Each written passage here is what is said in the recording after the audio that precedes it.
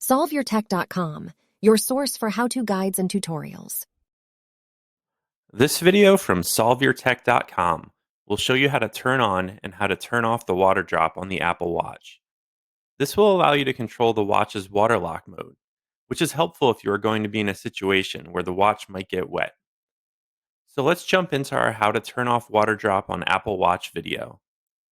Be sure to like this video and subscribe to our channel to see more tech guides like this one.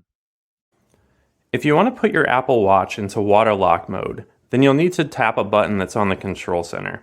So swipe up from the bottom of your screen, then scroll down until you find the button with the water drop icon on it, then tap that button to enable water lock.